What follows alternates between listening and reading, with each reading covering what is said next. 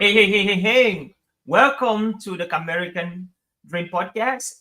It's such an honor and a blessing and an opportunity to be alive today and with you also alive watching today's episode. And we're talking about the fifth episode of the Camerican Dream podcast, where we're bringing African descendants from Cameroon in different parts of the world to share their perspective, their mindset, their success stories, so it can also help inspire and champion the mindset and the minds of those who are watching from different parts of the world.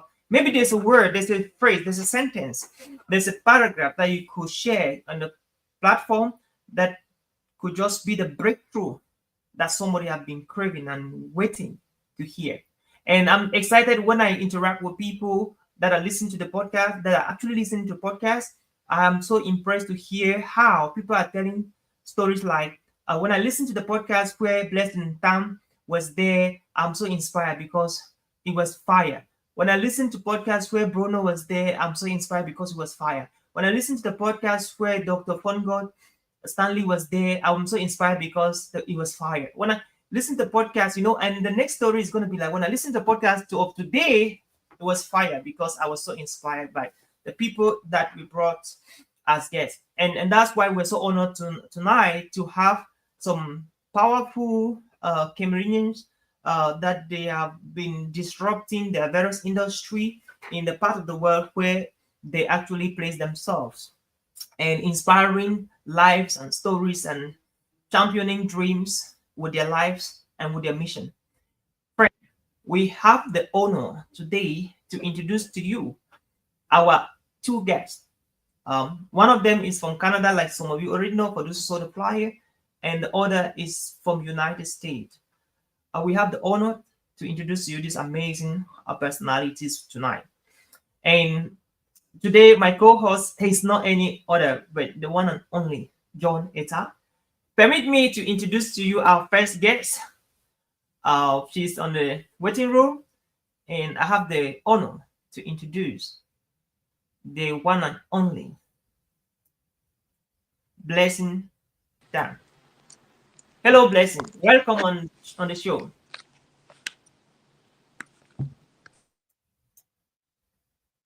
All right, Blessing is set right there.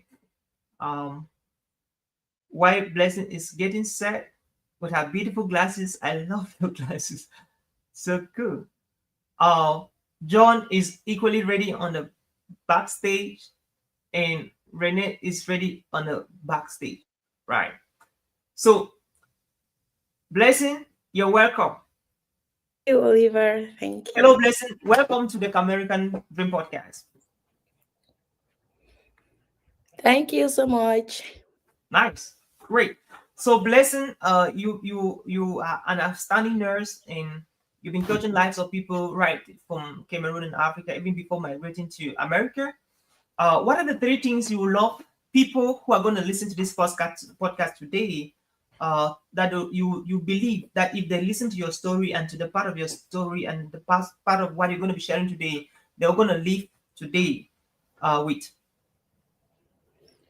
Okay, thank you. Yeah, I know everybody has a significant pathway and stories, but with regards to me, the three things I think might be outstanding and inspiring to others are like the first one is you never give up on your dream, no matter how difficult it's going to be on your way. Or the second thing I would say it's the people that you meet on your way, do not let them go. Use them as an opportunity to grow. And so keep those people that will contribute positively to your growth as well. And then I will say resilience, it's a third thing, which not just goals, but your life. You need to be resilient. You need to be perseverant in whatever thing that you do. So I'm hoping that with these things and with my story, it will be able to, encourage even those who feel like, hey, I can afford it, I can make it. I probably can never be anywhere because of where I come from, my background. I Mhm. just want them to know that hard work it's a key. Yeah. I love that. Let's clap for that. So thank you for introducing that lecture for today, because tonight you're going to share some amazing stories. And Blessing, it's always a blessing having you here, Blessing, to come and share your stories. There are some young ladies from Africa that they love your story and they connect literally so well with your narratives, and we just love having you here. So it's also a blessing for us to receive you here for as the first ever second time guest. Welcome. I know, right? This is home. Welcome, everybody. So let us know which part of the world you're watching us from. Are you watching us from United States, from Canada, from Germany, from South Africa, Cameroon, Ghana, Uganda, Kenya? Which part of the world are you watching us from? Okay. So thank you so much, Mrs. Okay, from YouTube, she says Black Lives Matter. Okay, cool. Yeah, it matters. It really matters. All right, Rene Descartes, the French philosopher. Are you right there? I can see Rene is gauging from the backstage waiting room. Welcome, Mr. Rene Descartes, the IT engineer and the computer guru guy. Welcome, Rene. Thank you so much. Good evening or good afternoon to everyone, and thank you for adding me to this great show. I'm excited to be here. Let's go. Let's go, bro. Let's go. I love that vibe. The energy is something else. Let's go. So, Rene, coming in from the IT engineering perspective, computer, some of these things, I ran away from them when I was in the university, and you decided to stay. What do you expect everybody who's going to be listening to you today from the Camerican Dream podcast to go home? Three things you expect everybody who's going to listen to you to go home with from this particular episode. Oh, thank you so much. I always like to start every conversation by introducing myself again. My name is Rene Sambo. Precisely, I'm from Bamukombi, which is in Dok. Oh, So, professionally, I work as a software security engineer, and I have a couple of stuff that I do in the background, but I prefer people consider me as an IT engineer. So, talking about how or what people should get inspired, three things I will say: believe in yourself. Push one. Second one, never ever wait for nobody. You have to be oh, your own driver, right? And then third one, be financially disciplined. Even if you don't have the right amount of money, the little one you have, make sure that you're well disciplined in the way you spend it. I can share a lot more, but let's keep it at the number three. You asked me for three, so I shouldn't add anything. wow. I love that, man. I love that. So I hope you have a farm of rice in Dog. That is one of your side hustles. Because Yeah, we, is well we known for do that. have. I have pieces of land. Anybody who wants to cultivate rice, you can come and rent it. Oh, cool. Okay, going Bless, back to are you hearing that? So let's make a plan and get to Dog and cultivate some rice. I'm ready. Because there might be hunger around the world in any time from now. Maybe it started in some part of the world already. All right.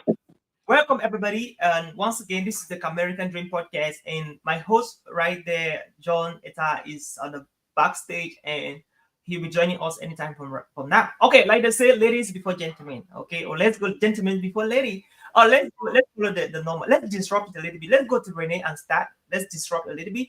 So tell us what motivated you to pick up the IT industry, Renee, over so many other fields Okay. that were at your disposal. That's a good question. When I came into the state back then in 2017, there was this trend of RN mentality within Mm, the community, right? mm, Within the African community, right? And I was almost joining that trend. I tried. So what took me off the train was my inability to secure the exam, the entrance exam. They call it TS exam. So mm, I tried first time, it didn't work, mm, right? I have passion for healthcare. I have passion for humanity, all of those stuff, right? So mm, I tried the exam once, it didn't work, and then second time I was close, but I didn't make it. So I went into the guiding counselor office and I said, "This is my situation. I am the only guy here, and I want my dream was to be a healthcare professional in any form, right?" We went about different aspects. Since I'm the only guy in the state from my family, I started asking myself, will I be able to even do the nursing, right? Because the nursing program here is very tedious. You have to be on top of your game in order to pass through this process. So Yeah. we discussed all of those things and the ability to pay for my classes, all of those things. Mm. And I look at my age too, and I'm like, maybe it will be a tough thing for me to do if I don't even work at all. My family depends on me in Africa, in Cameroon, right? So I look at IT. I have a very terrible story about my IT knowledge before I traveled to the state. I have limited knowledge in IT. I was just able to turn on a computer. Apart from that, there was nothing more I could do. So I decided to talk with the counselor. We pick up some couple of courses, and IT came up on top. So I said, let me give it a go. Right? I took that upon myself that I'm going to do it, and then I started the first semester. It was tough. Second semester, I had issues with the professor. I had to change college and move to another college.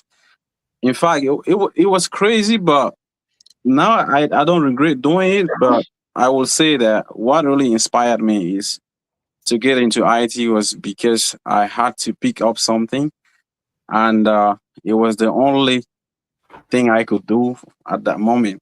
Mhm. So I'll end it at that, and I'll say that if I'm Yeah. able to do it, I Mhm. feel like anybody can do it. Just like nursing, a lot of Yeah. people from the art background when they travel to the state, they do Mhm. nursing and they succeed very well. So anything that you set your eyes on, you can do it. So when I started IT, I said to myself, this is the one bus stop that I have, right? I have a family back home. I need to be very focused and I don't have to change anything. So Mhm. when it was tough, I changed school. And when some classes were getting difficult with the professor, I start taking classes in another school just to make sure that I compensate for that credit. So I graduated in one school, but I took courses in like four schools, Mhm. right? So sometimes when I apply for my university degree, they ask me to send my transcript. My transcript have to come from different colleges. So what the only story or the lesson to learn from this is that when you set your eyes on something, Mhm. you can get it done. No matter the obstacles, I still try to find my way out to Mhm. be successful in that journey. So let me Awesome. keep it that. Thanks, man. I love your emotional intelligence. You seem like a very proactive guy. You cannot screw up easily. All right, let's see. I'm excited that Blair actually picked up the nursing. So you drop it and then she picked it up. So and she's flying with it. So, Blair, what motivated you, despite the IT, and so many other options, you decided to fall in love with the nursing part of it?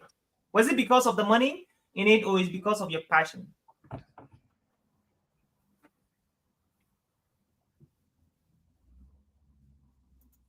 Blair, can you hear me, Blessing? Yes, oh, okay. Sorry, I Yeah. can hear you. Renee I'm, want to storm down this show tonight. I'm, I'm then lost in your story though. Okay, Okay. like that's a good question. I know, like for me, I completely have a different pathway, and I think that it's first. I was in medical school for 3 years. I wanted to be a medical doctor from, after high school. I went to medical school, 3 years of medical school. We all understand what happened in Cameroon, and then my school was closed. And then I'm like, the next thing is, what can I do? What can I do? I think nursing in Cameroon is not a well paid field, but one orientation I asked myself was like, not just going to the university. Yes, it's not well paid, but Mhm. it's a profession that has opportunities. Mhm. So it's one of the things that led me to making that decision, because first I'm like, if I go to Boya, I'm going to do biomedical sciences, not biomedical sciences, sorry, yes, biomedical sciences or something. True, teaching is not my thing, but I just feel like my real orientation, which I also feel like people should look at it, where we come from, we're not so much. Passion is a good thing to follow, Yeah. but sometimes you want to study something that can be helpful to you. And maybe in the course of helping, you can then enter passion, if you understand what I mean. Like if you Yeah. like music, music is your passion. Yeah. Of course, I'm not saying musicians in Cameroon don't have money, but it takes a lot of time to build that. So Mhm. if you're like, oh, I can enter medicine and be a medical doctor now, you can be a musician while you're a medical doctor, just to say Yeah. that you can use money to make that. So I feel that's the decision that made me to become a nurse, which I don't regret it, because immediately I left school, yeah, I had a job. Of course, it wasn't something too much. It wasn't too much money, but I think that it was a foundation to as to how my career started and how I ended up having very good jobs and having to work with NGOs. I think at the beginning it wasn't the case. So I'm encouraging people orientation, which is something that we had lost, because I think that I had two things I was battling with. My father is like, you go do nursing because it's the closest thing to the medicine you've always wanted. And my mom is like, you go to Boyanga and do biomedical sciences or something. But Mhm. at the end of the day, I think that orientation it's very important, because just like he said, you could be battling and finding it difficult just because you didn't have a good background of your orientation on the career path that you want to take. Mhm. And it's the same reason when I came to Canada, I would have thought of going back to medical school, but I'm like, okay, nursing is still a profession where the opportunities are very high. Now, I was like, hey, I want to do anesthesia when I'm done, like Mhm. in 2 years in Canada. But when I look at it, I'm like, hey, the availability of anesthetic schools, they Yeah. don't really have. So the competition is very high. So I'm like, okay, I'm going to do with what is there. So your orientation and your career pathway, know that there are going to be challenges, Mhm. but make sure that if you don't, the good thing now it's that actually people who do orientation, it doesn't have to be family. If you feel Mhm. like you're confused, just like he said, he had to sit down and talk with people. Have that opportunity to talk with a mentor if you have, so you don't regret going to school all your life and not even knowing what to do with the degrees that Yeah. you've achieved. So that's how I'm still down the line of a nurse still. Mm. Yeah. Good. That's exciting. Like, that's really exciting.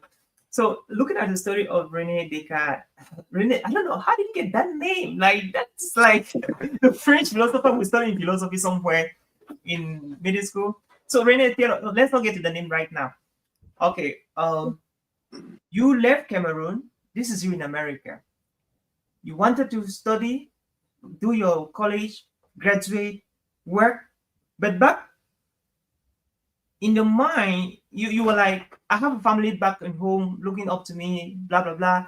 I have to do this. I have to do this. And that is the story to every foreigner, every African American here. They're like, how can I help my sibling? How can I help my parent? How can I do this? How can I send money back? How can I be here? How can but again, you're very strategic on the choice of the course that you had to pick, the college and all of that. And despite the hurdles you had with your professor in college, you were like, this cannot be the end of my life, my studies, my career. Despite the hurdles here, I'm gonna seek an alternative strategy to make sure I achieve my goal despite every hurdle. And again, you switch school and then you eventually graduated. What do you think is the importance of this is a message I wanted to talk to African people who left Africa. They're in foreign countries, including America as Canada and United States, and then Europe and Asia. What is the message you have to them listening to us right now, and those who are still in Africa? Maybe they have plans or hopes to travel around the world. What message do you have about the importance of not giving up, perseverance, despite the challenges we face in pursuing our dream, but staying focused, developing great to do it? Why is it important? Why should we not just do what the 9 to 5 that way that gives us at least show money, and we forget about the dreams we came with to this country's place? Oh, I would say that every environment poses a different challenge, right? Mhm. And we as Black African American, right, or whatever, foreigners in a different land, there's a lot of challenges that we face. First thing first, Mhm. I don't want to sound terrible, but first thing Yeah, first, the color please of don't sound terrible. our skin is already a hindrance to certain things, right? That's for sure. No Yeah. matter how we pretend. Second thing, we already have a language barrier. Right up to now, my accent is not actually clear for people in the other race, right? Sometimes when I speak, they still ask me. So there are a lot of challenges, right? First thing, I said the way we look and the way we speak, that's already a challenge. When we Yeah. talk about the natural challenges, right, the one we have no effect on, the weather, all of these things, they add to the different challenges that we already have. So as a young graduate traveling out of Cameroon, looking forward to take care of your family, your career, the only thing you need to do is ask yourself, why? What is the why? What is the reason why you want to get it so much? Right? What is your motivation? Because it is this motivation that is going to fuel you around. It is going to fuel your day-to-day activities, your decision making, right? Your choices of the world, your choices of the things that you do, right? So the only thing I would say is define that upfront. When I was taking off from Yaoundé, I said to myself, this is a journey that I'm taking for my family. Mm, This is not for myself. This is for mm, my family. I am going for a battle to save my family from a very terrible situation, mm, right? And that is the foil throughout, right up to now. That's what is burning in my heart. Like, I mm, have to continue to do something to change the situation of my family. Once you have that why, right, you set that up, there's nothing that will stop you. When you go to school, you start facing challenges. You say like, "Oh, I can bounce back to healthcare and do the little I can do and help my family." But when you have that why, you know that health. I mean, when I talk about healthcare, I'm talking about the care jobs, the basic ones, not the nursing ones, right? The nursing is advanced. When I talk about the care one, I'm talking about the warehouse jobs, the small healthcare aid jobs.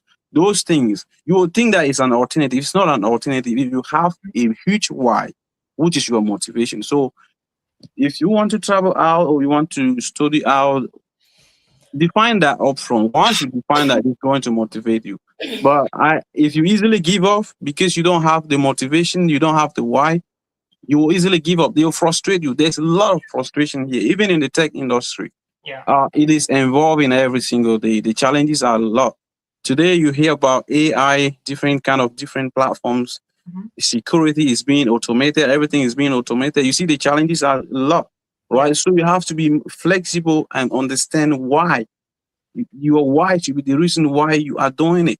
Look at Mm, how IT is moving up. A lot of people are out of the jobs because they did not get themselves the why.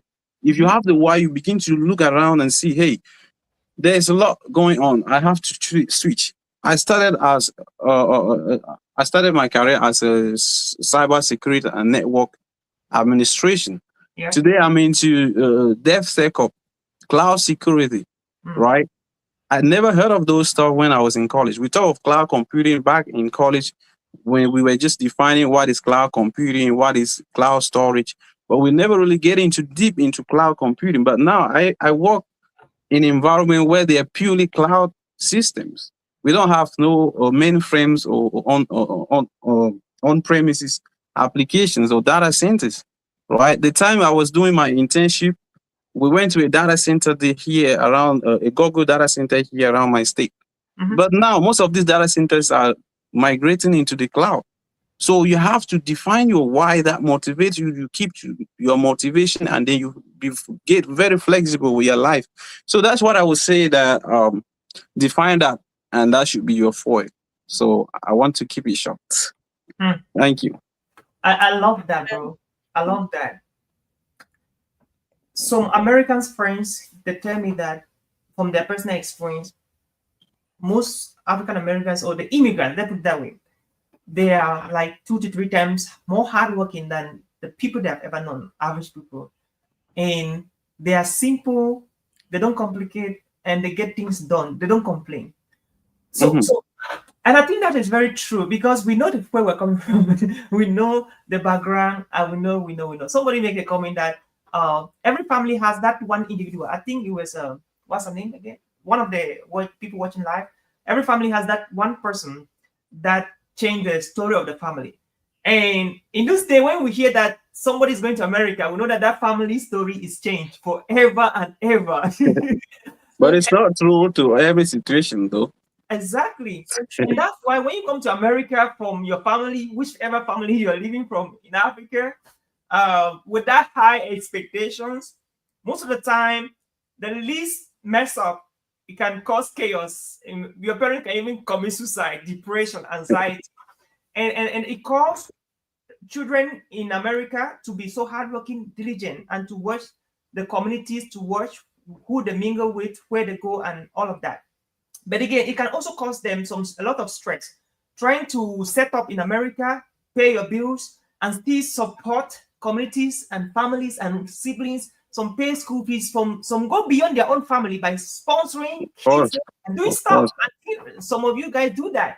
So how do you balance your life in America and your life back at home, helping your siblings and building and supporting the communities that you left back at home? And they have so much hope and high expectations from you while in America, to the extent that even if they kick you out of your apartment because you're able to pay, they don't know, but they still expect you to deliver. So no excuses. How do you balance that to be healthy here and then also doing what you're doing as they expect back at home? Let me go with Renee. He just ended, and then go to Blessing. All right. Let me say this. When you travel, the pressure is too much. I have to cut certain ties with certain family members in order to get to my dream, right? It's not a bad thing Yeah. to do that, but it will sound funny that you say, oh, you're keeping somebody aside. There's a lot of pressure when you travel, especially when you're very young. Yeah. Environmental pressure, peer pressure, family pressure. So, like I said earlier in my previous comment, right? If you have the motivation, you have the why, you stick to your motivation, right? I was in college. Why I have like 10 students, man. My siblings, I have a lot of them. I have cousins that I have in college, some in St. Louis. I used to have a student in St. Louis, St. Florence, Nashtiga, teacher training college, all of those things together. The only thing is that once you try to put all of this pressure on yourself, it becomes so much. But Mm-hmm. at some point, I just sat down and said, this is the one that I'm able to deal with. This is the one I'm not able to deal with. Mm-hmm. And again, I always advise people who just travel, because I made this mistake of giving people the impression that everything is smooth. Mm-hmm. When I started college, I have to drop down my hours of work, right? So when I dropped down my hours of work, I was just sustaining. I was just surviving. There were moments I couldn't even fuel my car. I have to call a friend. Hey, when I get at the gas station, I call my friend. Hey, can you send me $30 so I can fuel my car? There were moments where my tire will be down and I have to use the spare tire. The spare tire, the little one that you have at the back of your car. So Yeah. things like that, that the people in Cameroon, they don't really get to understand. Yeah. But when you explain it to them, they don't even really want to hear, because the main thing is to have what they need. So sometimes it's just to sit down and talk to the people that you have and tell them your situation and try to get to your goals. If not, you'll get distracted and over pressure with a lot of requests. Like every day, people have problems. But if you are not there, people will still survive, right? But the main thing is to be able to work on yourself, be a better person, so that even if they drop down, they drop back, your success would bring them back. That I believe that success is automatically attracted to people are automatically attracted to success, right? If Mm-hmm. if I drop you 2 years ago and I become very successful now, you have sometimes I feel like you just don't have anything to do, just to humble yourself and Mm-hmm. come and lick the honey, right? Yeah. Unless you just want to stay around and complain. But if you understand why you coming to somebody, right? Think about it. Why did Yeah. this guy drop me in the first place? And come closer. There are some people that are still mad, like I said something 2 years ago, but who cares? If I still have the value to give back to where I was lacking, where is the problem? So Mm-hmm. sometimes I tell people who just travel, like I have junior ones who just came in 2 years ago, don't start to sponsor somebody if you know that you won't be able to push the person to where the person is going. Mm-hmm. Because leaving the person halfway is just as if you never started. Yeah. So those are some of the mistakes that I did. I put a lot of people in college, and all of a sudden I was telling them that, hey, I won't be able to push on this year and the other year because I'm struggling to finish my university or whatever. They don't want to hear that stuff. Yeah. You have already started. They feel like you have to do it to the end. So sometimes I tell people, just take the load according to yourself, be disciplined with your income and things like that. So I that's love, uh that's what I would say. I love that. And Blair will also have to answer this question. So how do you know the people you have to focus on and the people you don't have to focus on? How do you prioritize yourself in this context? Yeah. I know that it's actually a tough question when it comes to family, just because I mean family is a thing that everybody has, but I live with the principle in life like yourself first. You can't take care of people if you Hmm. cannot take care of yourself. Yeah. And so if you sit down, you plan like, okay, where I am now, this is what I have, this is what I can do for myself, and this is what I can do extra. Then you can do the extra. And at this time, you decide how you want to do the extra. It's your money, it's your time, it's everything. So you decide. And when we actually travel, I used to say that if even me before coming here, I wish I had somebody that or I had podcasts where I can listen to. You can come here because of orientation that people have. And I want to go back to what he said. Every environment has their own problems, Hmm. but every individual has their own challenges. There are people who have come to Bush and have succeeded from day one.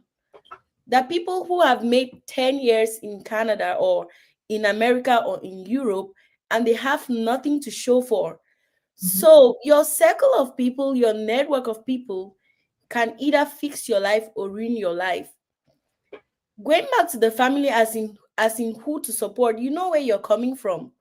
One thing I would say for sure is if you're coming from a family, because there are people who have come from bush, they were not suffering in Cameroon or their families were not struggling. So of course they don't have the same problem with somebody coming from a family where you're probably like a breadwinner, right? Hmm. Therefore, if you're a first child, for my case, I am a first child. I Oh. definitely know that I have responsibilities, which are my direct siblings. I am not going to carry the entire family and put it on my head. I know that the people behind me, I will do something. Not saying that I'm not taking care of the entire family. I cannot carry my whole family on my head. But I know for sure it's not an obligation. Remember, the obligation over kids is the parents. But it takes a responsible child to know what to do, to take care of your parents, take care of your siblings, and what. So you make that decision based on you. And I feel like if you explain to every parent what is happening, they might not understand, especially those that have never been there. There's some parents who have been to America and all over, they understand how it is. They don't even put pressure on those people. But there's some who have never, so all they know it's bread and honey once you cross the ocean. Yeah. So if you don't make them understand, that's it. Like you said, you could cut ties. But again, I won't even say I don't have to cut ties. You will definitely cut ties with me because I won't give you what I don't have. If you Hmm. say I should do like this and I have, I will do it. If I don't have, I will tell you I don't have.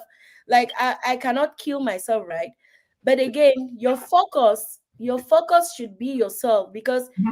in these same 10 years, you have nothing. If you come here, you're probably just roaming around and picking $10, $5 here, this. In 10 years, you have nothing to show about, and that family will still be suffering. Is it better for you to come, set a goal, say, okay, in 3 years, this is what I want to become? Hmm. In 3 years you have a lot to help, but in 10 years you will be sending $10 $100 back home, and in the next 20 years you don't even have where to stay. Even if you go back home, it's not a story that people who have been in America for more than 30 years 20 years, they have no home back home, they don't have any assets. Back here they have no assets. Hmm. But it's not to say that they're not taking care of their families, they forgot about themselves.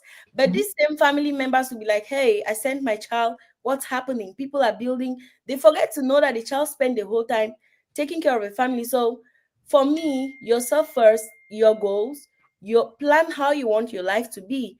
And anything extra, I'm not saying be irresponsible. You definitely know what you're supposed to do. Hmm. Do it if you can. You cannot kill yourself if you cannot do it. And remember, no pressure from anybody. Like I said, environmental things, just like he said, black skin is already like it's.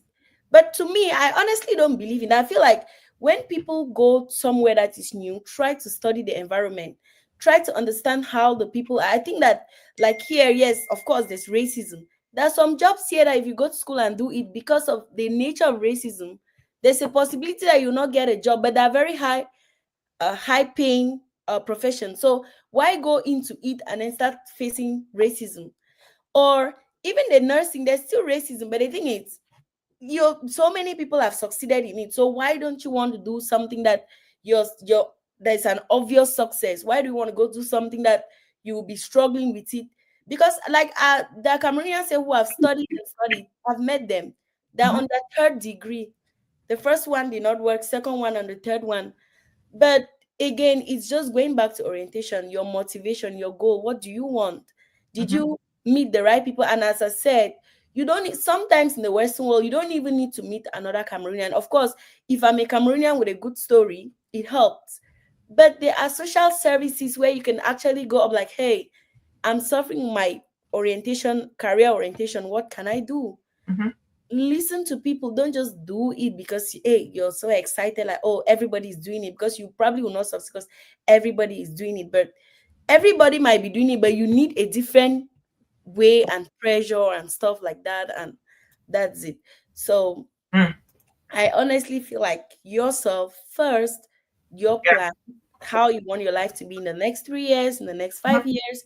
It might not be exactly the way it might turn out, but one thing for sure is you're going to be closer to your goal once you know exactly what you want to achieve. Mm. But yeah, that's what I think. Oh, that's beautiful. Before I get to Renee, Yeah. there are a lot of people here in America, in Europe, in Asia,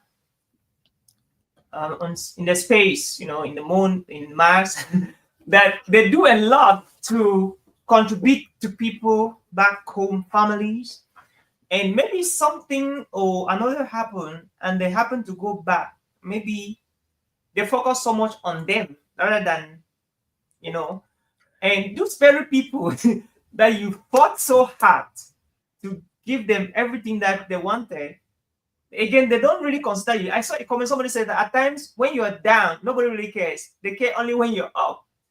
And you're like, what happened? If I knew, you start making like some people make like they took the money and played TSA with it. So you start making like this. If I knew, I could have focused on myself first. So I also want us to talk to those abroad, and they have large families back at home, as people also living abroad.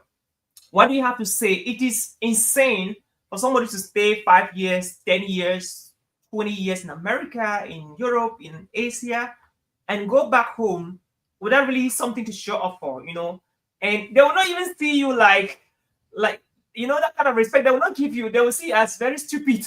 Like, how could you do that?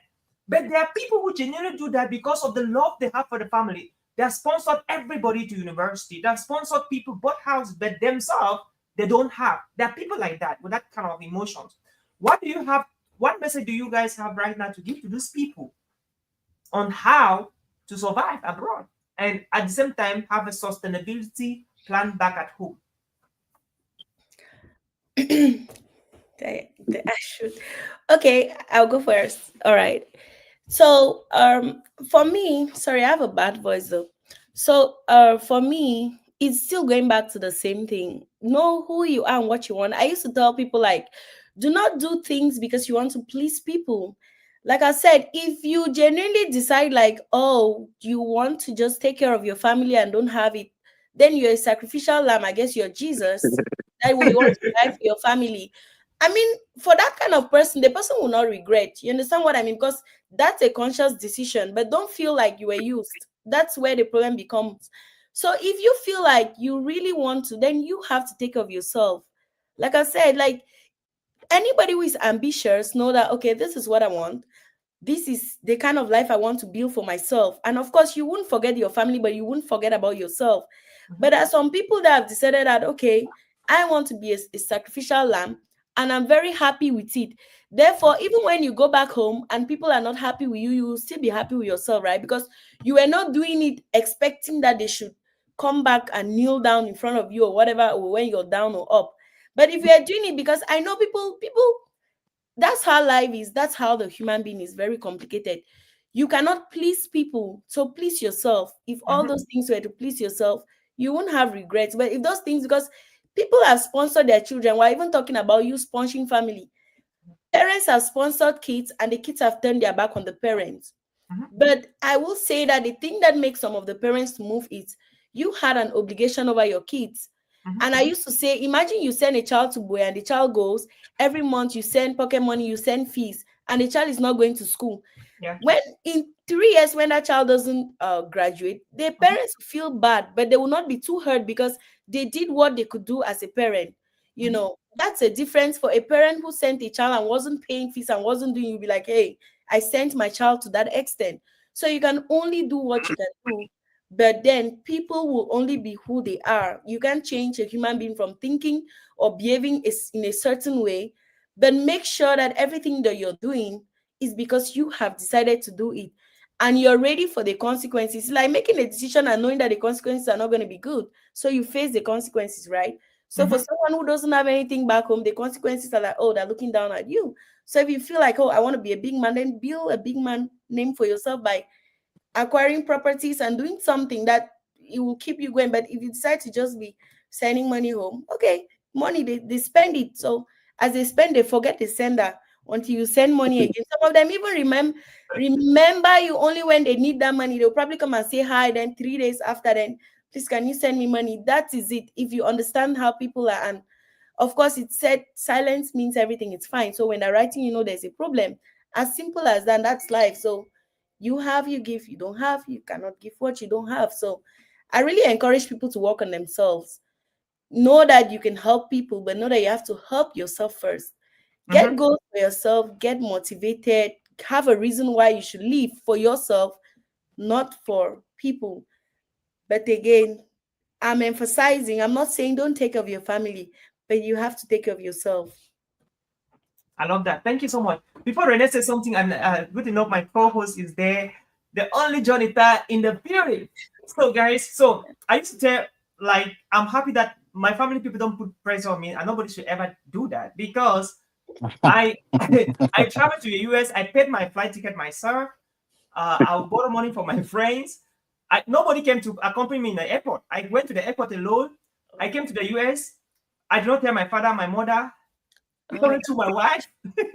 So 3 years, 3 months later, nobody, my family never knew I was in America.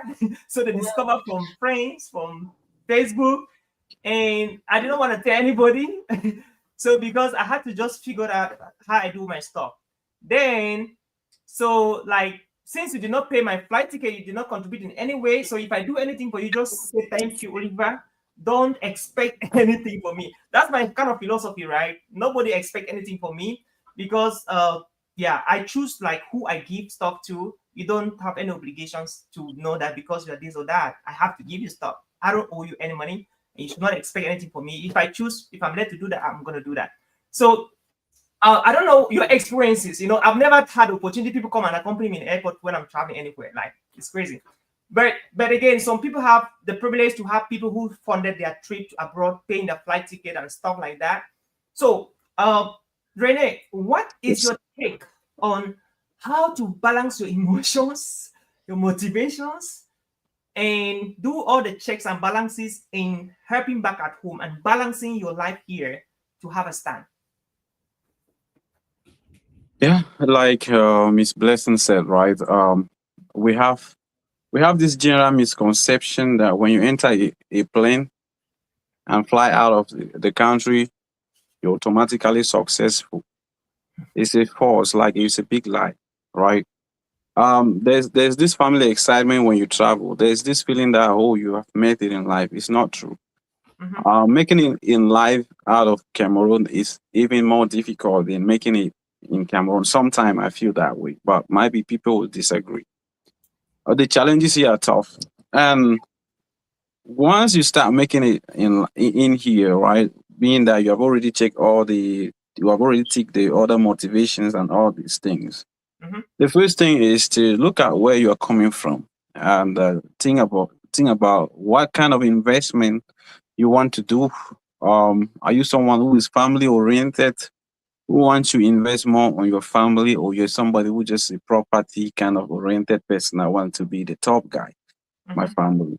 Like I told you earlier, my motivation is different from a lot of people. When I travel, my main reason or my main goal was to make sure that my family lives a better life. That's the first thing. My Mhm. mom, when I talk about my family, I'm talking about my mom, my dad, and my I love siblings. the order. And other ones are coming as a That. plus, right? So when I have that motivation, my first checks that make sense is to make sure that they have a good house to live, they have a good income to spend on daily expenditures, and then I think about in my family who is the next guy, right? I don't want to be the only guy on top. Who Yeah. is the next guy that can join me so that we can build together, right? So I start to define those things, and I think about my elder brother is teaching in Cameroon. Does he make money? No. So I said, okay, I have to do my best. My part. I don't want to share the secret here for what I did for him to get here because some of them are sensitive. Mhm. I did my best to get him come. Then we started to strategize on who is next guy. Mhm. Okay, that's our focus because for me, I'm not worried about. I want to set an apartment in Cameroon so people see me online as an Ondogu guy, right? But if you Mhm. know me personally, you know that I have hotels, businesses, and whatever in human form. Okay, Mhm. so there are different kind of people who value different kind of investment. To me, if you go to my village and ask about me or about my family, Mhm. people will give you a different impression about me. Not talking to refer to businesses or articles or things that will say I have properties, I have that, but people will tell you that he's a guy, he's the right guy, who have done this, who have done that. But you will not hear about apartment and all of those stuff. So when you have this family oriented mindset, Mhm. your strive is different, right? You are not carried away by the external factors of the environment. Who is my neighbor to even worry about how I feel about myself? Right? Some people feel like if you post a car or post a property, people think you are rich. But Yeah. I believe that riches and success are defined in the way you set it for yourself. Right? So I never have that pressure of trying to prove that if I come back home, I'll be fine. Of course, the, there are a couple of times that now if I travel to, I can pay my flight and go to Cameroon now without any dollar in my account. But just three or two phone calls, I am fine. So I believe in that kind of investment, but not really being pressured to do it, but doing it because you see that it's the right path to do it. Now you said But something, Renee. That's I wanted to explain further. You okay, believe in selling before you sell. What do you mean by that? say that again. Sorry. You believe in you have to sell before you sell. You made a statement like that. Can you explain more? Yeah, when I said I can't really hear you though, but I don't know why. You believe in selling before you sell. Can you explain more? Yeah, of course. When you say right, you already give people what you are capable of, right? And when you give people that notion, that impression that this is what you are capable of doing, right? The moment you want to sell, you don't need to advertise. Oh yeah, I get You you. don't need to. Like for me, right? I feel like the pressure from back home, it depends on how you live your life. I've Mhm. never felt pressure. I have some couple of extended family members who felt that I should already been owning businesses and all of those stuff. But I have businesses in different forms, in human forms. So that's just what I'm saying. That when Miss Blessing said that if you define your goal, you know how to prioritize yourself. If I go to Cameroon now, people will ask me, "You have been in the state for 7, 8 years, 9 years. What have you achieved?" But from a personal perspective, I've achieved so much. Mhm. But from an environmental perspective, physical perspective, people will feel like I'm nobody. Yeah, So the pressure is on how you define the path that you want to take. I love My that. goal out here was never to be, rich on the internet, Mhm. but to be rich within my cycle, within my family. If you Mhm. know me personally, you know that I won't even mention anything. You will only know that I have a certain pedigree of mentality or the kind of idea that I want to build. Mhm. So, like I said, there are certain pressure external that are not even very important. Cousins, aunties, all of those stuff. When you believe on what you want to achieve for your family, for yourself. I always say you want to set yourself up first, but the family where I come from, Mhm. I don't want to set myself up first. I want to set my family up first because it's not always about me. If I am nowhere to be found today, or if I die today, I know that my family is still going to survive. So I still believe that I cannot survive alone, right? And if I don't build a legacy or a certain framework where my family can continue to grow in that direction, I've done nothing. Mhm. So I don't feel pressure about, oh, this guy have not built in Cameroon, I have not built a house there. I don't care. Mhm. I build a family. I That's love me. So this is very important, right? For every system to succeed, there should be strategic thinking, tactful thinking, and a blueprint, a game plan on how to get things done. And you are just like, let me help, let me help, let me help, let me help, without having a helping plan, helping strategy, a plan. You will always run out of energy and budget and resources. Yeah. And what Renee is also talking about is so powerful. So I believe that is definitely, we'd love to hear also from Blessing. But then let's look at it this way. Okay, you came in, there was a lot you got to do, and you decided to ask yourself, who else, who else is available and is ready to be coachable to go through the process, so that instead of me suffocating alone, we will be two of us and the body will be less on me. And there, Big Bro came up, you work with him, and you guys are doing amazing, great right now together, and you can reach out to more people and have less strength That's and less stress. That's really amazing. So that is sustainability happening in a very sustainable way. exactly. And I hope the guys abroad that are listening to this, they should be also learning, asking themselves, who can I hold a hand? I bet you it's not every hand you must hold, right? So now the question I'm asking you guys is, how do you know the right person that you can partner with, collaborate with, work with you? Because some people can be very, very they might not meet up the conditions that you believe that this is the right mindset of the kind of people I'm looking for to work with me, so we can grow this family together. What should you look for in a person in the family that you want to collaborate with to actually change the story of the family? Okay, let's start with Blessing. Yes, Blessing, over to you.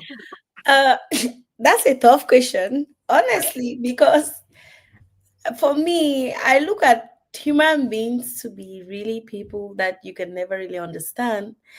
Especially if you look at your siblings, sometimes you can be like, but then what adulthood does is you learn people every single day, plus your siblings, plus everybody.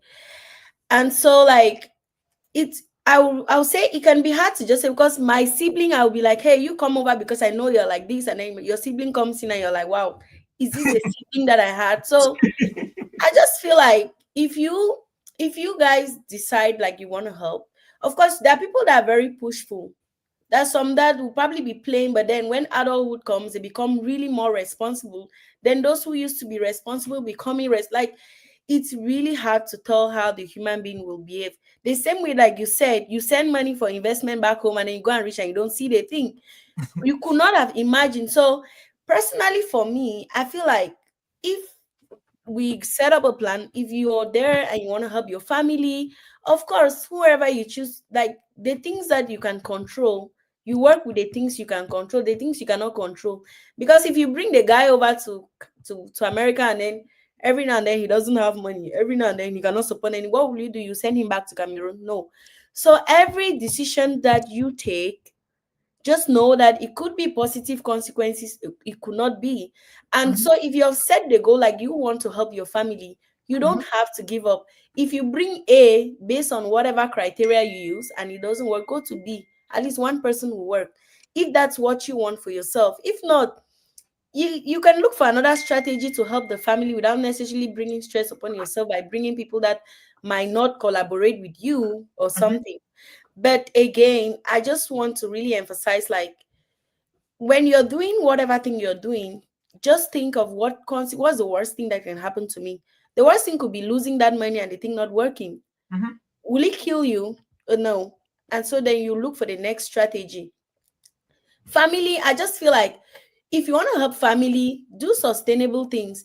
Yeah. People will be different. The way he wants to bring people over is the Mm-hmm. same way somebody could decide, like, hey, I'm going to set up a big business back home to Mm-hmm. sustain sending other people, using that money to send people to school and stuff like that without necessarily getting any income out of America. Because some people have done that, where you just establish businesses back home, and Mm-hmm. any emergency back home, you're able to cater with without necessarily looking at, hey, they call you today, can you give me some dollars, let me send to Cameroon. So it's totally really it depends on every individual and how the person wants to manage. I know some people, we talk about a lot of goals and motivation, but some people do have goals, but they don't know how to sustain them. And that's where you can have like a mentor or something, like, okay, I Yeah. A planned coach. this for the year. I have seen people who probably just get up, like, I have a friend, and then the friend gets up like, I'm going to buy a house tomorrow. Mm-hmm. Usually, I will say that decisions that you take without thinking have a lot of consequences. It could be positive, it could be negative, in the sense that if I take a decision overnight and I execute it the next day in the morning, trust me, you'll just realize that that house that you just bought, right? In 2 weeks, you're probably going to see a cheaper, bigger house, just because you did not take your time, like, okay, next year I'm going to buy a house, or in the next 3 months. And then you have also defined the kind of thing that you're expecting for the house. Every decision that you make, the goals and what you set for. And I feel like, give time. If you Mm-hmm. have something to accomplish, give it time. Think of all possible things that could happen with that decision that you're about to take, Mm-hmm. irrespective of whatever thing that you're doing, whether it's for family, whether it's for yourself, because everything comes with consequences.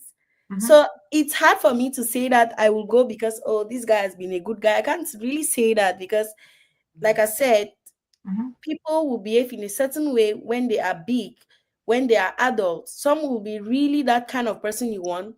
Some you'll be wondering, like, is this a sibling I knew when I was growing up? So you don't want those things to surprise you.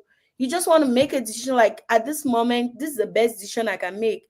But remember, when the consequences come, you say, okay, I mean, it's a loss on my side. But if it's if it's a plus, I mean, we all get to celebrate. But if not, we move. What is the next strategy I can put in? Do I want to get another family and see whether so life is more like a trial and error, because people will disappoint you and it's all expected. But just make sure that you don't put your mind in that situation where you're always expecting people to do things in a particular way because you want it that way, because that's not how it's going to be. The way you have your opinion is the same way another person, and that person is standing there knowing that it's the best opinion that is existing in the world. How do you deal with that kind of thing? A thief will tell you that, I'm like, stealing is a good thing, it's a job, and the person can convince you why I should steal. You know what I mean? So that kind of person, how do you change the mentality? So just set your goals, set the things you want that will make you happy, Mm-hmm. make the decisions, choose whoever you want to choose, but be ready for the consequences if you do not make good findings and good what. But again, people change is the only constant thing in life, as in people are constantly changing. Mm-hmm. So you never get to really know somebody till. Mm-hmm. But if you focus on yourself, it means you understand yourself, you understand the kind of things you can take, the kind of things you can go through. And so you will also take risk that you can bear consequences to it. It's like investing money and losing it. Mm-hmm. That's the same thing. So it could be any form. It could be property, it could be family, it could be anything. Okay. Disappointment from everywhere. So Wonderful. Blair, that's really cool, man. Before I get to Renee, there is this thing I always say, patterns. Oprah said, and I quote, if somebody shows you who he is or who she is for the first time, believe them. Because that is who they are. So it's a crazy philosophy, but at times I walk by it. So if you tell me the first time, if I trust you the first time you are dishonest, that's a deal done. yeah. Like that is it. I will never trust you. Like WhatsApp video. and so Renee, what is your framework? Okay, you seem to have a lot of frameworks too. What is your model of sustainable development, right? A little bit Oh, like how do you balance it just from coming in from what Blessing just said? What is your take on who to write? How do you I know some people can even go beyond their blood brothers and sisters, right? They can pick somebody that's not even related, but it has a capacity to deliver. right? So at Mhm. times it becomes very complicated to know who is the right person to. So what is your own secret of picking the right person? It Really? seems you are giving us questions and answering them yourself. But let me tell you something. Yeah. A lot of people feel when we talk about investing in human or investing in your family, a lot of people fail to understand that family, to me, is not necessarily by blood. Yeah. Okay, Yeah. I have my own mentality when it comes to syncing up mentally, psychologically, and socially. My cycle, I consider them a family. Okay. Mm-hmm. We know family by biology, family by whatever, but to me, family is the people that align with my vision Yeah, you get and that. my I goals in know. life. Yeah. Okay.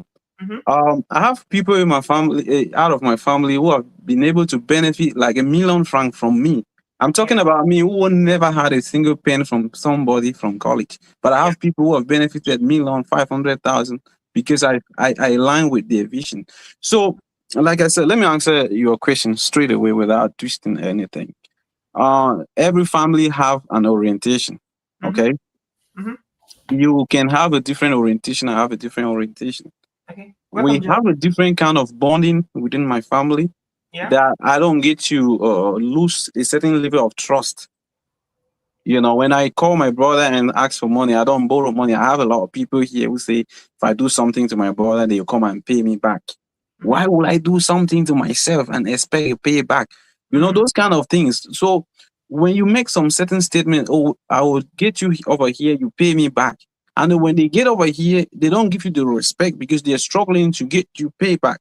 So what is Mm-hmm. the difference between you and another person? So those things like that, it kind of brings some misunderstanding within the bond that we share as a family.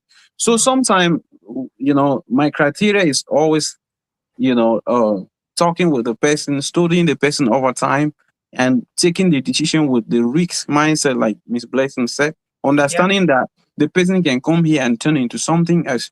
But, Yeah. God willing, if you have a good orientation, your family have a good orientation. That's why I always say, as parents, we need to train our kids to love each other, to share that bond. Because if you have your brother over here, after all the struggle with your sister, you guys start fighting and, you know, exchanging word and stuff like it doesn't make sense. Yeah. Every decision that I make, I can tell you this. Honestly, my elder brother is the one who came and met me here. But he's my elder brother. The fact that I've been here for 8 years doesn't mean that I've automatically been you know, added some age, right? Respect. Every decision that I want to make, I have to consult him. Hey, how do you see about this, man? Think about it. Let's see. Check this plan, check this house. Let's see how it looks like. Every Mm-hmm. single project and everything I do, every update about the project, I share with him to take a look. And when we want to see source out somebody else within the family Mm-hmm. to help, I have to talk with him like, hey, how about this guy? We have a cousin, we have cousin and in-laws that we have here. Before we do that, we try to sit down, think about the educational aspect of the person, the psychological mindset of the person, the Yeah. alignment that is the person has with the vision that we have, the plans we think about our family in the next 5 years, right? What Mm-hmm. impact can this person bring to us if he is here or if he owns a business under our name in Mm-hmm. Cameroon? So all of those things we take into consideration and make a decision. In 2023, we went into a decision of, pushing our cousin in the place of my junior sister. Mm. Why? Because my cousin, a guy, have a higher chance of, pushing through life and supporting his junior brothers and sisters more than the lady. Mm-hmm. I'm not trying to sound Yeah. sexist, right? When a lady travel, a lady that is within puberty or out of puberty or whatever. I believe I'm not a nurse. Blessing can disagree with that. I believe that at a certain age, a woman is so distracted, Mm-hmm. and to put that person as the soldier of that family Mm-hmm. will be a little bit of risk. It'll be more risky than taking a guy. I believe Mm-hmm. that a guy will come and push on really fast, and get up to speed and do more. Right? I'm not trying to sound discriminatory, but those are the kind of things that we think of. A woman will come in She's at the marriage limit, something like that. The pressure from the society that, oh, you don't have kids, or you don't have. A guy will be around 25 and pushing up, and he doesn't even care about marriage and all of those things. But when a woman reaches a certain age, this is my own kind of thinking and my own way I do it. I think I might be wrong. I get stuff really wrong, but that's Yeah. what I think, right? So she will come in and started thinking about, hey, all the time on the phone and thinking about men. I want to settle down, all of those things. I want to give birth to my own child. And the distraction and the pressure from the community, she won't be focused. She will never be focused. So it's not like she would never be focused, but it will take her a lot of time to navigate through those different challenges. But if for a guy, will do better, faster, and quicker. So those are the little things that we take into consideration when we make decisions. But again, sometimes you take the right decisions that you think is right, but sometimes it turns out to be poor. But I've never experienced that yet. But I will say that the orientation is very important. Even if you have a project back home, you don't have the right person to lead the project, it's still going to fail. All of those things can happen. But when you have that orientation from a family, core family background, that root, I always emphasize as a parent, we have to train our kids to love and trust each other. I love To that. love and be loved. That is it. If you have that family love, you won't be fighting with your brother for, thinking of what if he run with my money. I have brothers, I have people over here, people who they don't even talk with their siblings. Like, how do you leave that? That is because they have that background root cause. They were never loved when they were growing up. Their parents never showed them enough love, or they never share enough love within themselves. So those are the little things that really matters when people start to grow up. Some people feel like, I want to be the top. If I help this guy will come and overshadow me. Oh, if you have that family love within yourself, you won't be scared that your brother will overshadow you. A lot of these guys that I have here, some of them are doing great things, but for me, I'm just doing my low key kind of stuff. They already have some kind of cars that I saw another one eyeing a very huge car. I was like, I'm not even thinking of this kind of car. Right. So sometimes these things like this happen. And once you are the guy to do things, you don't take every little things too serious. There's some people that I gave you money for fee, you never pay. A lot of us back home, a lot of them back home, there are cases where you give the school fee, they will not pay. It's that age. It's that age where things like that will happen. You will give money for fee, they go and see their girlfriend or something, then they spend part of it, they struggle to pay. Those things are common. And if you pass through that stage, you'll know that it's common. So you shouldn't just throw them under the bus because they make those minor mistakes. Sometimes just ignore. Sometimes I'll give money for something, they don't do it, I just ignore. I watch it. They feel like I don't watch it, but I'm taking note. The next thing, I'm like, if you fail exam or you don't do this thing next time, you're going to do it by yourself. So those kind of things, I don't want us to crucify our family because we have little misunderstanding. They don't pay the rent on time and stuff like that. So even Mr. T is about men or woman. So yeah, that's how we do, man. That's how we do. I love that. John Etta, you want to say something? Yes, guys, I'm enjoying the conversation, learning a lot already. Thank you, Renee, for all the insights that we're having. Thank you, Ntam Blessing. I mean, I've been following the conversation since I was having the ride to the office. It's so amazing. If you guys know the kind of value you guys are bringing right now to the viewers of Camerican Dream podcast, you will not believe. Like, it's so impactful. Like, what you guys are doing is that you are squeezing time frame. What would have taken someone 10, 20 years to learn, they're learning it right now. And if they get to the US or Canada or wherever, they'll be more informed in the way they do, things. So thanks very much, guys. One question I want to ask them, really, what are some of the challenges you faced when you got to the US? Well, I think that you knew that's how the US was, but when you got there, it was a different reality. Just share some of those things with us. Thank you. Oh, we shared a little bit previously on other conversation. Like I said, when you travel to a new place, there's different category of travelers. I think Blessing said something close to that. There's someone who is traveling to meet his family abroad. That one is different. Then there's us who is traveling as the only person going to a land where you don't even know where you are going. Yeah. Right. So there are others that are traveling to meet their husband. So the different challenges comes with different category of people. So Okay. when I arrived the state, I faced challenges. One thing, communication. Second thing, career orientation. Third thing, family pressure. Family pressure. So I Yeah. want to talk about career orientation, which is very important. In the state, people, I don't want to sound like a bad guy, but sometimes people are very self-centered, and Mhm. sometimes like people have different advantages, and some people have more advantages over others. And the self-centered mindset kind of people are the one who don't want to share, because you have the upper advantage. They be like, they just keep things to themselves. Most of the time, how I try to solve this is to make sure that I go out there and don't depend on somebody I already know. They know Mhm. my background. They know how we suffer. They feel like, oh, I don't want to be part of these guys. They want to draw away. Sometimes you call somebody you already know to give you a ride. They be like, oh, I'm not home.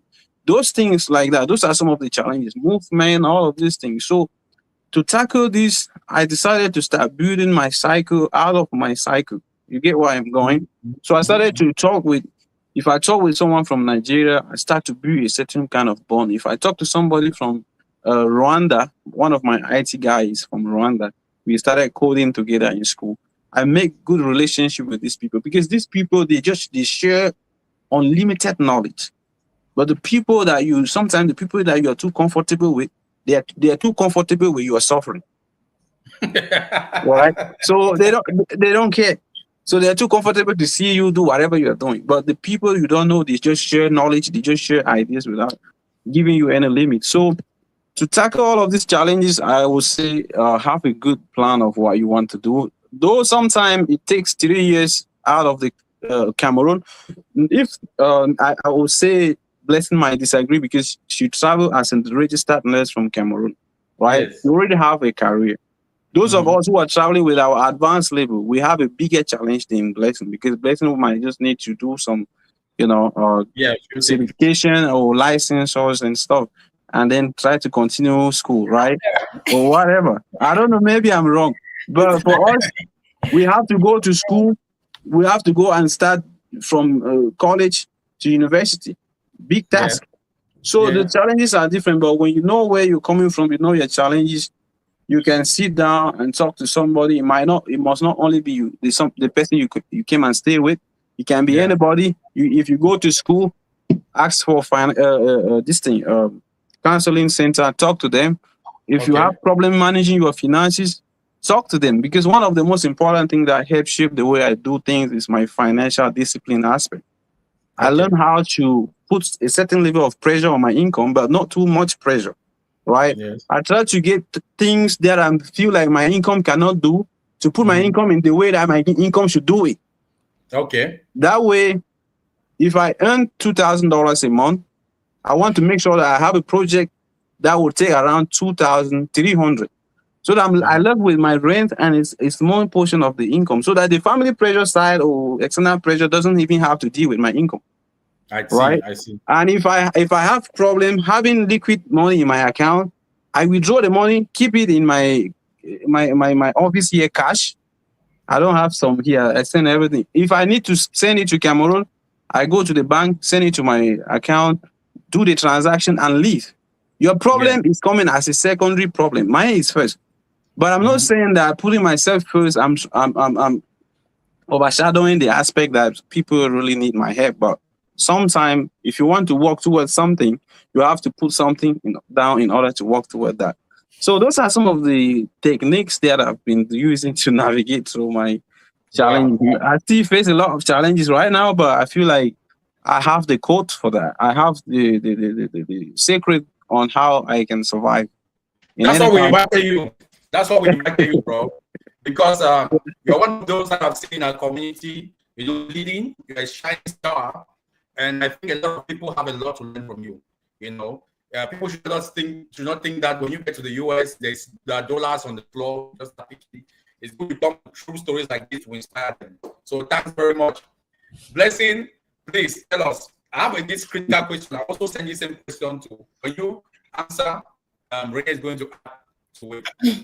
Now, if someone in Cameroon has the means, like let's say you have the finance to move, will you advise them, let's say 5 million, for example, will you advise them, this is our honest opinion, to start a business in Cameroon or to travel either to Canada or the US, for greener pastures?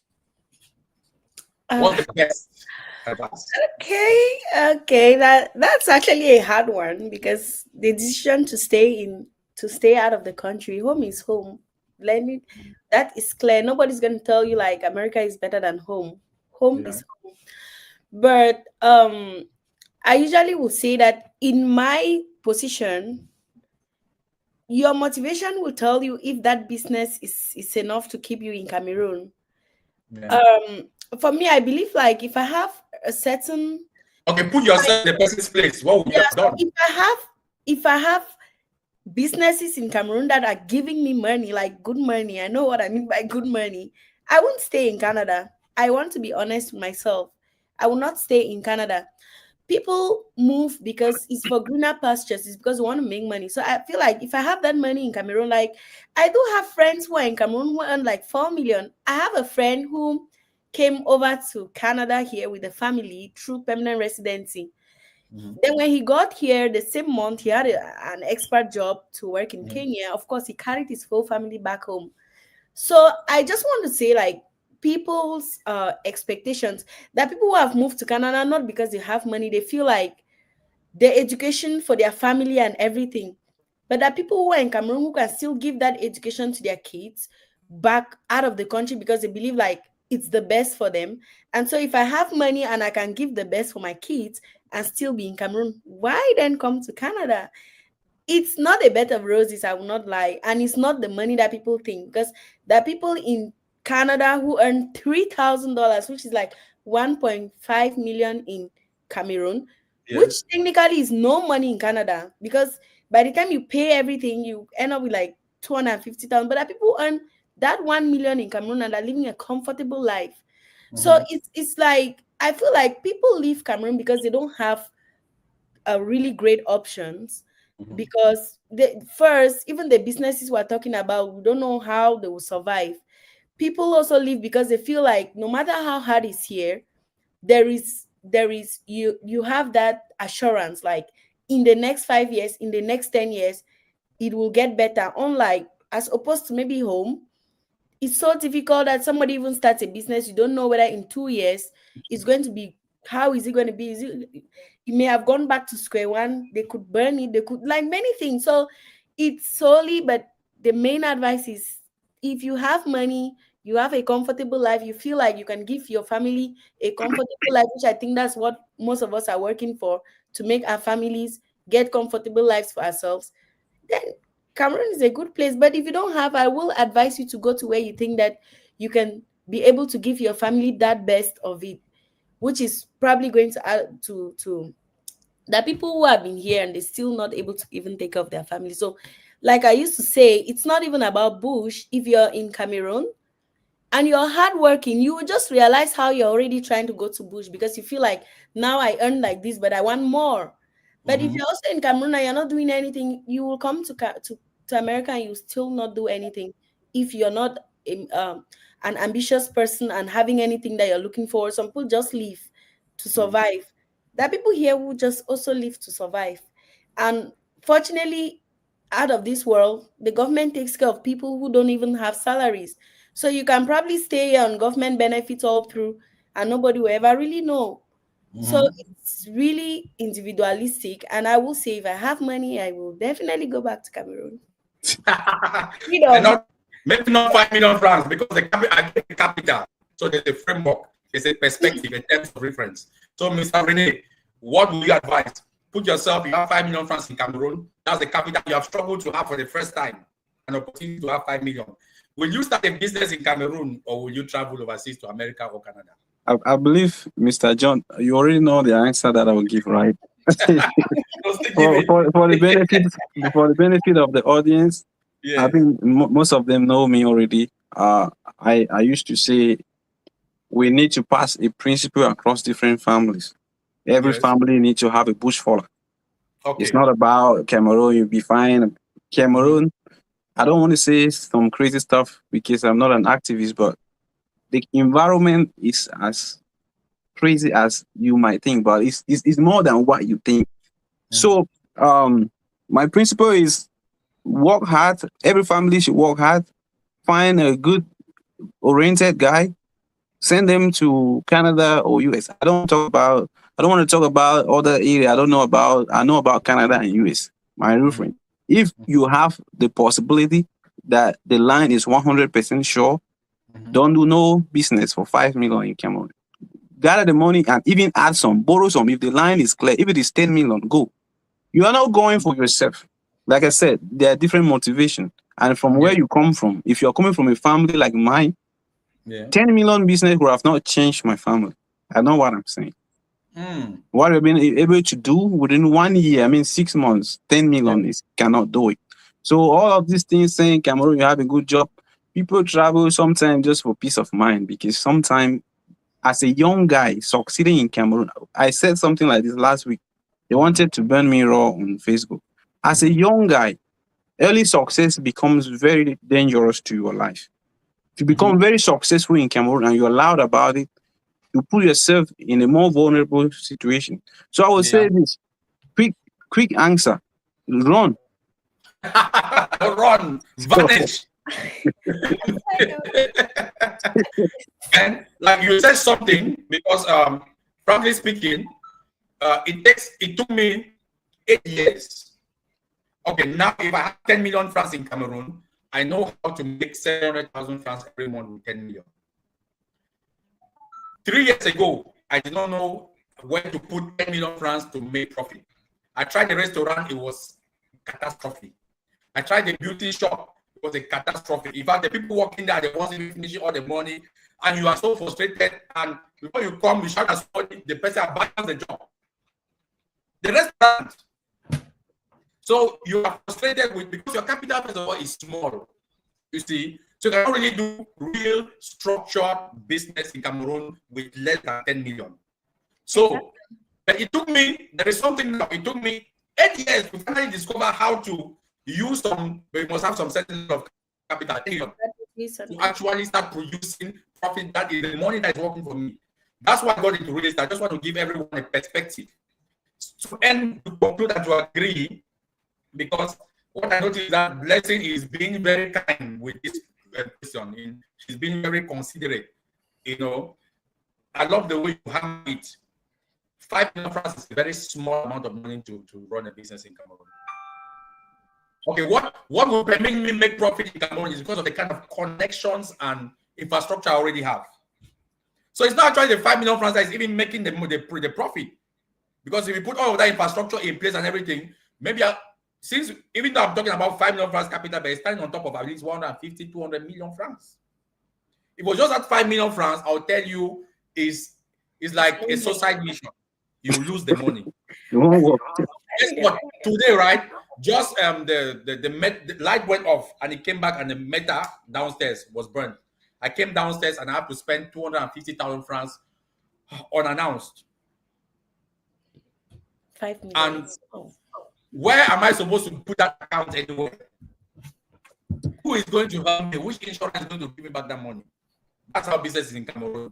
So, if you want to invest in Cameroon and you are not a sophisticated investor, if you have 5 million francs, vanish. I agree with Renee. So, guys, last words and advice to the young people and to everyone watching us. Blessing, you start, then Renee, then we close it. Last advice, any word you have, any message for the community? Because what we are doing right here is to mobilize the voices of the Cameroonian diaspora and those back home.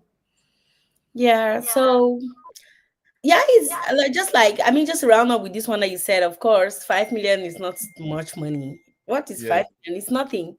But of course, if you want freedom and everything, by the time you take that 5 million and come here, make some 50 million, set up businesses, you will go back and live the best of your life. That's just the truth about the reality that we are living. But my advice for anybody who is trying to travel, it's first, do not give up on your dream. If your dream is to travel, because that's where you will find whatever thing you're looking for. your career pathway and everything, you make money. But remember, hard work, you're not just working hard, you're working smart, because you could still work hard and don't still get to, just like he explained before. Mhm. Working smart means that while you're going to school, you're creating that connection with the right people. That's how you're going to get your job, whether you're in the US, whether you're in Europe, or whether you're here. That people hear that as you're finishing school, like, hey, do you want to work with Blue Water? They already know, yes, I am a nurse. But to get a job with best companies, the connection is all over the place. It's not Cameroon, it's all over the world. So you want to work smart, you want to make the right connections, just like you said. Yeah. Meeting wrong people can destroy your whole life and you regret why you ever came to Bush. So make sure that if you have an opportunity to meet with the right people, get the right information, and do not forget, just a short one. When I came here, I realized that I had to, like, there's a lot online, trust me. Even my assignments that they gave me in school, I don't know how to do it. I just go to Google or YouTube. The worst one is ChatGPT. Hey, please, can you? And trust me, I did a lot of things without asking anybody. So make sure you update yourself to the pressure of Digital tools. Yeah. digital world and stuff like that. Keep yourself informed. Listen to people podcasts sometimes. Trust me, I've listened to some even before now, not about just whites and their own career pathways and all. It's not easy anywhere if you want to make it. And put that in your mind, like if you want to make it, it's a hard way. But one thing Yeah. for sure, it's by the time success comes, you're going to celebrate. So be perseverant, your resilience, your hard work, and work smart. And trust me, you're definitely not going to regret it. You're definitely going to make it, and make it in that way that you don't have to speak your success. It will speak for itself. So I'm So encouraging everybody, try as that's much as possible to put as much effort to your goal, and you'll succeed. Thank you very much. And you are a perfect example and embodiment of what you're saying. I so admire your work ethic. Mr. Rene, what last word advice to our community, both home and abroad? Oh, let me first of all start by thanking you all for giving me the opportunity to share my ideas here. Great platform. I see the engagement online is quite huge. I would like to be Someone said, here, man. excuse me, Rene. Someone said a rat in Cameroon is a rat in America. Mr. Beck. What Continue. what does that even mean? See, what I'm saying is this, right? We should be doing this more often. People need this Yes, kind of definitely, energy, definitely. right? So, to say my advice to everyone traveling, or everyone who is living here in the state who want to achieve something for themselves and for their family, stay focused. Know that nobody owe you anything, right? Mhm. Use the right resources that can help you grow, like be on the internet, watch the right things, apply social media hygiene as much as possible. You see what we're saying here? Great information. These things should be broadcasted and sold. Like we should be selling this information. But we have Yeah. less than 20 people watching us because we are not saying the negative stuff. We are not saying the crazy stuff. But I want to say, if for you to be the few selected, like the few people who are focused, you have to apply certain level of hygiene in your internet usage. When I use this word social media hygiene, people say, what is social media hygiene? Social media hygiene is directing your focus on the resources that can help you, that can add Yeah. value to your life. If Mm. I go and start talking about, say, somebody took money and ran away, from a deal, people just start commenting and stuff like that. If I talk about a negative thing, people come watch it. So if you don't apply this hygiene, you go by the trend, you'll be Mhm. directed to the noise and you will not find any focus. So I want to advise everyone to stay financially disciplined, biologically disciplined as well, because when you travel, the pressure from the environment, as a beautiful girl, your DM is floating. There's pressure in your DM as a young guy looking successful. You get pressure. There's nothing again like a girl chatting a boy. It's common now, or whatever. So you have to be disciplined with yourself and stick to your principles. Those are the things that I would say. Right? We can Yeah. share more in the future, but I want to say, let me end here by now. For Yeah, now. I know you said, take care of your social media hygiene is so powerful. And we're going to invite you guys over and over because what we are building Oliver, you will see that this is a family that we are building. You know, back in the days, we used to be for village. We light fire under that boma tree that we discuss for nights. You know, it's the same thing that we have brought in this in new age. You know, or in the cat, we just meet together and we are discussing. Nowadays, we don't have that human connection again. And it's important the Cameroonian community start coming together so we connect and share our common struggles and successes so that we can have a story, so that we can create a narrative ourselves. Thank you very much. Thank you, guys. Hey, before I go, I want to announce this. Yes. For those of you who are following me, you know I've been looking for medical professionals in Cameroon. If you're a medical doctor, I have a facility that I've set up there in Yaoundé. Wonderful. If you need a job, come and apply. We need a medical doctor. We need a gynecologist. Just come and talk to us. We might find a position for you. We have a huge platform. We're ready to change the healthcare system in Cameroon. You have to start now, right? Everybody have to start.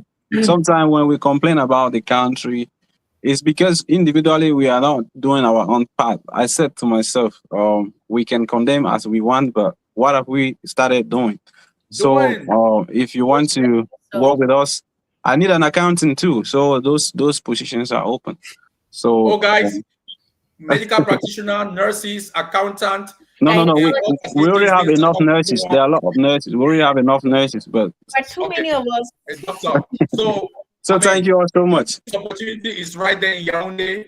René Descartes has created a powerful facility in Yaoundé, all the way from America. That's patriotism. This is the kind of Cameroon we're looking for. Converting brain training to brain gain. So definitely, thanks very much. Guys, seize this opportunity. That's how we created the Camerican podcast, to share opportunities like this. Mr. Oliver, I leave you with the last word. Thank you for hosting us. Thank you so much. My co-host, the only one and only John Etta in the building. All right. I stepped out. For those who notice, I stepped out. I wanted to drink some coffee because this panel was powerful. I needed some coffee. So great job. Thank you, Blair. You nailed it. Talking in the TV like this one platform, it can be very challenging because some people will never understand your points. You can be going this way, balancing it, and people are like, what are you talking about? But they don't get what you're saying. They're just kind of being emotional. And they can drop some things and like, are you talking to me like that? Like, that's why some people don't accept invitations like this one, because they don't want to be misinterpreted, misinformed, or misunderstood. And because we came, we fell love, and we would love to have you again. And Blessing is coming for her second time. Renee is coming first time. I think we'll love to. We need you again. We need you again. Yeah. So thank you for representing the female gender. It's always a blessing for us to have a queen in the platform, and you've always been that one that have never failed us. When we bring your phone, you're like, yeah, I'll think about it. I'll create some time. And we know the importance of time in Canada, what it means to put away your activities and come on board for 1 hour, 2 hours is a lot that we cannot even pay for. And this is an amazing way of giving back to the community. You know what I mean? Like, this is a lot. This time you come to share, it's a great way to contribute. There's a young woman who's watching this from Boya, from Tico, from Fundong Income, somewhere, from Bamenda, Wala, Yaoundé, who through your story, her life will never remain the same, and her decisions will never be stupid again. They will make wiser, better decisions, because they listen to your story. And so, Blair, Tam, thank you. God bless you. And to you, Renee, you did a great job also, like Blessing did. I was scared at a certain point that this thing was shut down because of the comments from your fans. Like, everybody can testify that you have a battalion there in Cameroon. And thank God you seem not to love politics. You could have just campaigned for the next presidential candidate, and they're good for you. You know what I mean? Yeah. So that was brilliant that you shared with your community and your platform. And thank you for the great job you're doing. And we are so impressed that we can have a guest from the Camerican Dream podcast who at the end of the day announce job offers. You know what I mean? Yeah. It's like, it's that's powerful. the purpose of this. Yes. Okay, we'll bring you to come and challenge, inspire, motivate, and then give opportunities. So we are the bridge kind of between the diaspora and the homeland. And that is actually so great. We appreciate your time. We appreciate the opportunities you've shared.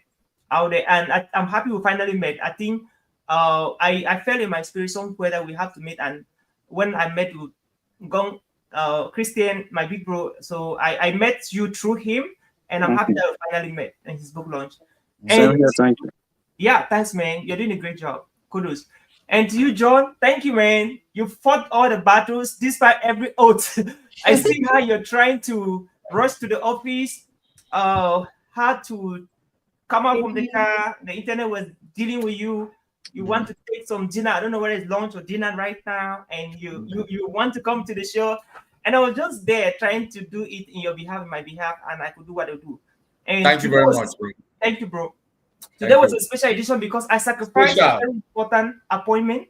Thank you all. I'm ready to drop, right? Thank you so much, guys. It was a great Thank one. you. And look again to have you again next time.